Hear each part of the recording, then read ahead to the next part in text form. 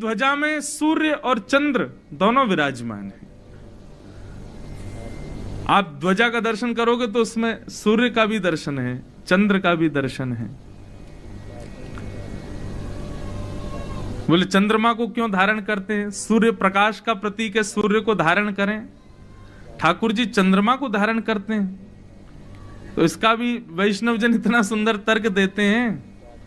बोले भैया जगन्नाथ जी से उनकी गृहिणी लक्ष्मी रूठी रहती है हमेशा, और गृहिणी है ही वो जो रूठी रहे, तो लक्ष्मी जी रूठी रहती हैं, तो हमारे जगन्नाथ जी कुछ ना कुछ प्रयत्न करके उनको मनाते रहते हैं, उनको रिझाते रहते हैं। अभी रथ यात्रा के प्रसंग में आप लोगों ने शायद सुना हो, जब रथ लौट करके वापस आता है गुंडीचा से, तो मुख्य जगन्नाथ मंदिर के कपाट बंद हो जाते हैं, और कपाट बंद होते नहीं है, लक्ष्मी जी कर देती हैं, और फिर लक्ष्मी जी का प्रतिनिधि करते हुए उनके पुजारी जी सब ऊपर से जगन्नाथ जी को रथ में देखते हैं। अच्छा, बलराम जी अंदर चले गए, सुभद्रा जी रह गई, जगन्नाथ जी अकेले बैठे रहते हैं रथ पर। लक्ष्मी जी रूठ गई, बोले तुम हमको लेकर के नहीं गए हैं, अपनी मौसी के घर गए, हमको छोड़ गए यहीं पे अकेले, और गए तो गए, लौट के आए हो तो हमारे लिए लेके क्या आए हो बताओ? आप गए तो हमारे लिए क्या लाए? तो फिर जगन्नाथ जी रसगुल्ला का भोग दिखाते हैं नीचे से, आपके लिए रसगुल्ला लेकर के आए। बहुत सारे लोभ देते हैं, लक्ष्मी द्वार नहीं खुलती, जैसे ही रसगुल्ला दिखाते हैं जगन्नाथ जी सो ही द्वार खुल जाते हैं, लक्ष्मी प्रसन्न हो जाती। तो लक्ष्मी जी को खुश करने के लिए जो जगन्नाथ जी कुछ ना कुछ करते रहते हैं। अब लक्ष्मी जी रूठी बैठी किसी बात से, जगन्नाथ जी ने मन बनाया क्या करें,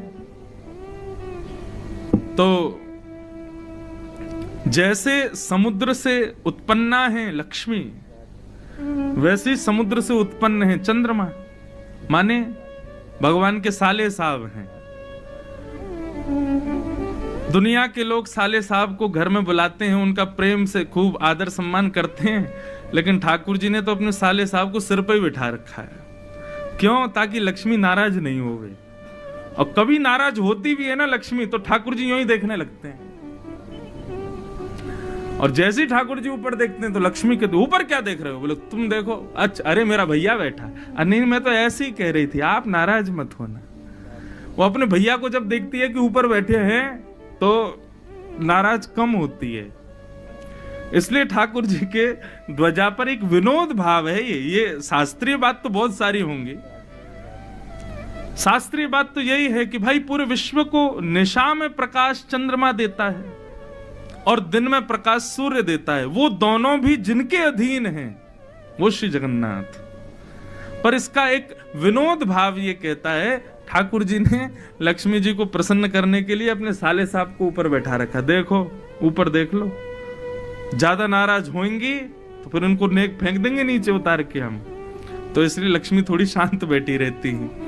तो ऐसे ये भाव भी संत जन सुनाते हैं। जगन्नाथ जी लक्ष्मी को प्रसन्न रखने के लिए ऐसे अपने ध्वजा पर चंद्रमा जी को विराजमान करते हैं। तो चर्चा चल रही थी रूप और स्वरूप। भगवान के स्वरूप बहुत सारे हैं। भक्त ने जिस भाव से ठाकुर जी को पुकारा, ठाकुर जी वैसे हो गए। अब आप स्वरूप की बात करेंगे ना, तो मैं हो सकता है 7 दिन केवल स्वरूपों पे ही बात करता रहूं। यहां पास में टोटा गोपीनाथ हैं, मैं कभी दर्शन करने नहीं गया हूं। अच्छा देखो, ये कितनी अच्छी बात, हमारे ग्रंथ और शास्त्रों का इतनी बड़ी कृपा है।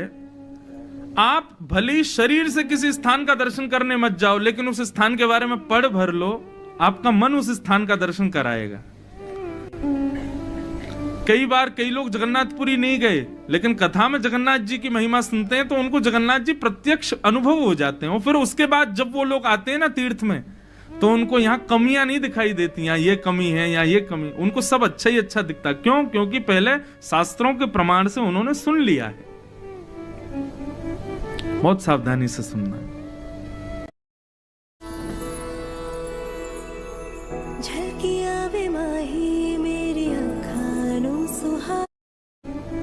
बहुत सावधानी से सुनना है। तो पास में एक टोटा गोपीनाथ,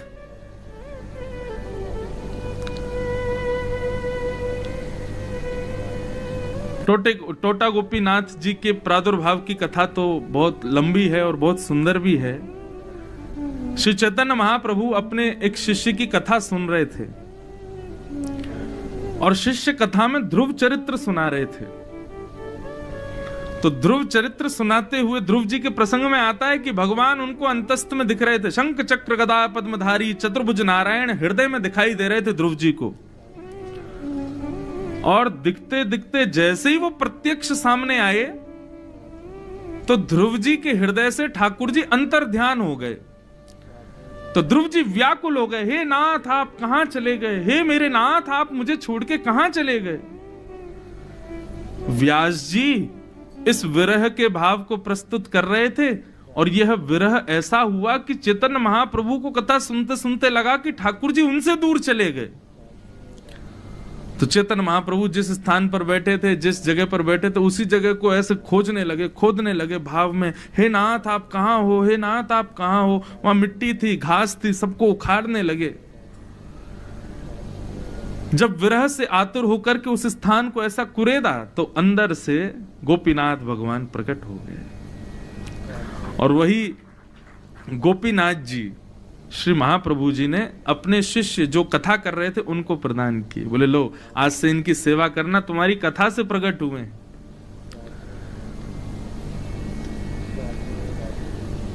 सेवा करने लगे। एक दिन समाचार मिला उस शिष्य को कि श्री महाप्रभु जगन्नाथ जी में विलीन हो गए, महाप्रभु जी श्री जगन्नाथ जी में ही समाहित हो गए। इतना टूट गया वो भक्त, मेरे गुरुदेव कहां चले गए, मेरे गुरुदेव कहां हैं। बहुत रोए। स्थिति ये हो गई कि इतना विरह हुआ कि विरह के कारण धीरे धीरे उनकी कमर झुक गई। रोते रहते थे, वृद्धावस्था भी थी, लेकिन सेवा करने जाते थे ठाकुर जी की। अब कमर झुक गई तो सेवा तो करते थे, लेकिन हाथ पूरा ऊपर तक नहीं जाता था। ठाकुर जी के माथे की जगह नाक पे चंदन, गाल पे चंदन, होठ पे चंदन ऐसे लगता था। दर्शनार्थी आके बताते, बोले अरे पुजारी जी देखो आपने आज ठाकुर जी की नाक पे चंदन लगा दिया, ठाकुर जी के मुख पे चंदन लगा दिया। तो मन में विचार करने लगे अब मेरे से सेवा हो नहीं पाती ठाकुर जी की। तो एक पुजारी जी रख लिए और बोले हम तुमको महीने का वेतन देंगे, तुम ठाकुर जी की सेवा करो। ऐसा एक पुजारी जी से उन्होंने कहा। रात्रि में जैसे सोए तो भगवान उनके स्वप्न में प्रकट हो गए, रोने लगे और रोते हुए बोले हम किसी पुजारी से स्पर्श नहीं, हम आपके लिए प्रकट हुए थे, हमको आपकी सेवा चाहिए, हम इसीलिए आए थे और आप गलत कर रहे हो, आप हमको किसी पुजारी के हवाले कर रहे हो। बोले नाथ मैं तो आपके भले के लिए कर रहा हूं, मुझसे श्रृंगार नहीं हो पाता, कमर झुक गई है, बूढ़ा हो गया हूं, इसलिए एक पुजारी को रखा है ताकि आपकी सेवा करे। ठाकुर जी बोले चाहे नाक पे लगे, ठोड़ी पे लगे, हमको आपके हाथों से ही चंदन लगवाना है, हम नहीं पुजारी से सेवा करवाएंगे। बोले ठीक है भगवान जैसी आपकी इच्छा, अब क्या करें। मन में बड़े उदास, लेकिन रात्रि सोए, प्रातः काल उठ करके स्नान करके जैसे ही मंदिर में प्रवेश किया तो क्या देखा, उनका हाथ ऊपर नहीं जा पा रहा था तो त्रिभंग ललित ठाकुर जी नीचे बैठ गए और ऐसे आलती मार पाल के बैठे और ऐसे बंशी लेकर के हाथ में। बोले अब करो श्रृंगार, अब तुम नीचे ही बैठ गए, अब तो तुम्हारा हाथ आ जाएगा माथे तक। टोटा गोपीनाथ, ये ठाकुर जी का रूप नहीं है, ये स्वरूप है। स्वरूप हमारे भाव से ठाकुर जी कैसा भी धारण कर सकते हैं। पंढरपुर में एक पुंडलीक नाम के भक्त के लिए ठाकुर जी कमर पर हाथ रख के खड़े हैं। हमारे वृंदावन में बिहारी जी, राधा वल्लभ जी, राधा रमन जी, सब जगह त्रिभंग ललित ठाकुर जी खड़े हैं। श्री जगन्नाथ में भुजा आगे करके, मानो मेरा कोई वैष्णव भक्त आए तो उसके लिए मानो अपनी भुजाएं खोल करके खड़े हैं कि आओ मेरे हृदय से लग जाओ, इस भाव से खड़े हैं। स्वरूप अनेक हैं, अनगिनत हैं ठाकुर जी के, लेकिन इन समस्त स्वरूपों के रूप केवल 3 हैं, सत्य, चित और आनंद।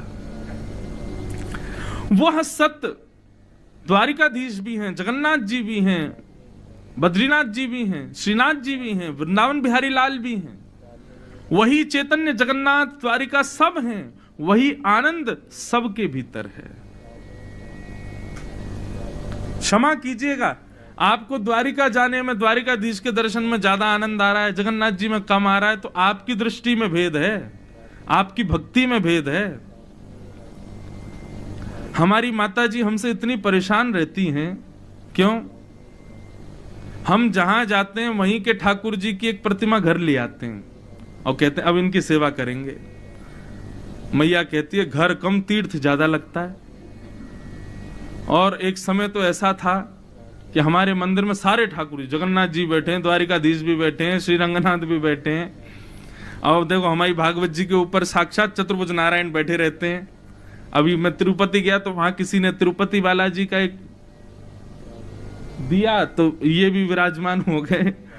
तो मेरी तो सब में एक ही भाव रहता है। मुख पे राधा रमन जी रहते हैं, सेवा श्रीनाथ जी की होती है, बुद्धि में राधा वल्लभ जी घूमते हैं, जिह्वा पे सारे ठाकुर। सब जगह सम रहो। हमारी निष्ठा तो केवल जगन्नाथ जी में, बद्रीनाथ जाके हमारा मन नहीं लगता, तो भैया आपकी भक्ति में खोट है, आपकी भक्ति में सूक्ष्मता है, आपकी भक्ति में कोई दुर्बलता है, इसीलिए ऐसा कह रहे हो। जहां जाओ, जिस रूप का दर्शन करो, उसी रूप में ही आसक्त होकर के, निर्मुक्त होकर के और भाव विभोर होकर के झूमने लग जाओ, ऐसी स्थिति हो। है तो सब एक ही। बस वही बात है कि बच्चा रोज नए नए कपड़े पहने, पिता को सुख लगता है ना। एक ही कपड़ा रोज पहनेगा तो पिताजी भी तो कहेंगे अपनी पत्नी से कि भाई थोड़े कपड़े बदला करो, रोज रोज एक ही कपड़े पहनता है। ऐसे हमारे ठाकुर जी जो हैं, हमको सुख, भक्तों को सुख प्रदान करने के लिए हर तीर्थ, हर स्थान पर अलग अलग रूप में विराजमान है, अलग अलग भाव से बैठे हैं। तो स्वरूप बहुत सारे हैं, लेकिन प्रत्येक स्वरूप के रूप तीन ही हैं, सत्य, चैतन्य और आनंद। ठाकुर जी का पहला रूप है सत्य। भगवान का नाम है सत्यात्मक। सत्यव्रतम सत्य परम त्रिसत्यम सत्यस्य योनिम निहितम च सत्ये सत्यस्य सत्यमृत सत्य नेत्रम सत्यात्मकम त्वाम शरणम प्रपन्नाः। ठाकुर जी का नाम है सत्यात्मक। जय हो। श्री जगन्नाथ महाप्रभु की, श्री राधा वल्लभ लाल की जय। पूज्य महाराज जी कृपा करके पधारे। हमने भी महाराज जी को वचन दिया आज आएंगे शाम को राधा वल्लभ मठ।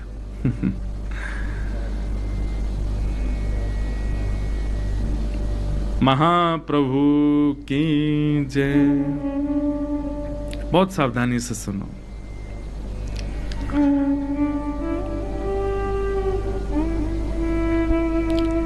सत्यात्मक। ठाकुर जी सत्य स्वरूप हैं। क्यों? क्योंकि उनके सन्मुख जाने पर सत्य आप छुपा नहीं पाओगे। जगन्नाथ भगवान के सन्मुख जाकर के आप अपने सत्य को छुपा नहीं सकते। आप सबसे छुपा लोगे, लेकिन ठाकुर जी से नहीं छुपा सकते। मेरे सामने आप झूठ बोल जाओगे, अपने किसी रिश्तेदार के सामने झूठ बोल लोगे, लेकिन हमारे जीवन में कुछ लोग ऐसे होते हैं, उनके सामने हम चाह करके भी झूठ नहीं बोल सकते। और उन लोगों में गुरु प्रधान होते हैं, गुरु के सामने झूठ नहीं बोला जाता। कई बालक होते हैं, वो अपने माता पिता से झूठ नहीं बोल पाते। उनके साथ के मित्र वो कहते हैं कि भाई घर में ऐसा बोल दो ना, बोले भाई यार माता पिता के सामने झूठ नहीं बोल पाता मैं। कई लोग ऐसे होते हैं। लेकिन बंधुओं, ठाकुर जी का रूप तो ऐसा है, उनके सामने कोई असत्य बोल ही नहीं सकता, सब सत्य ही बोलेंगे। ठाकुर जी के सामने कोई अपने सत्य को छुपा नहीं सकता, सब सत्य प्रकट करते हैं, इसलिए वो सत्य स्वरूप में हैं, सत्यात्मक। ठाकुर जी का दूसरा स्वरूप है चैतन्य। भगवान को कभी जड़ मत मानो। ठाकुर जी मूर्ति हैं। अब यहां जगन्नाथपुरी में आप जाओगे, यहां दारू ब्रह्म, काष्ठ के हैं ठाकुर जी, लकड़ी के हैं, लेकिन उनके प्रति दारू भाव रखना, काष्ठ भाव रखना, लकड़ी का भाव रखना, ये बहुत बड़ा अपराध है। नहीं, साक्षात भगवान है।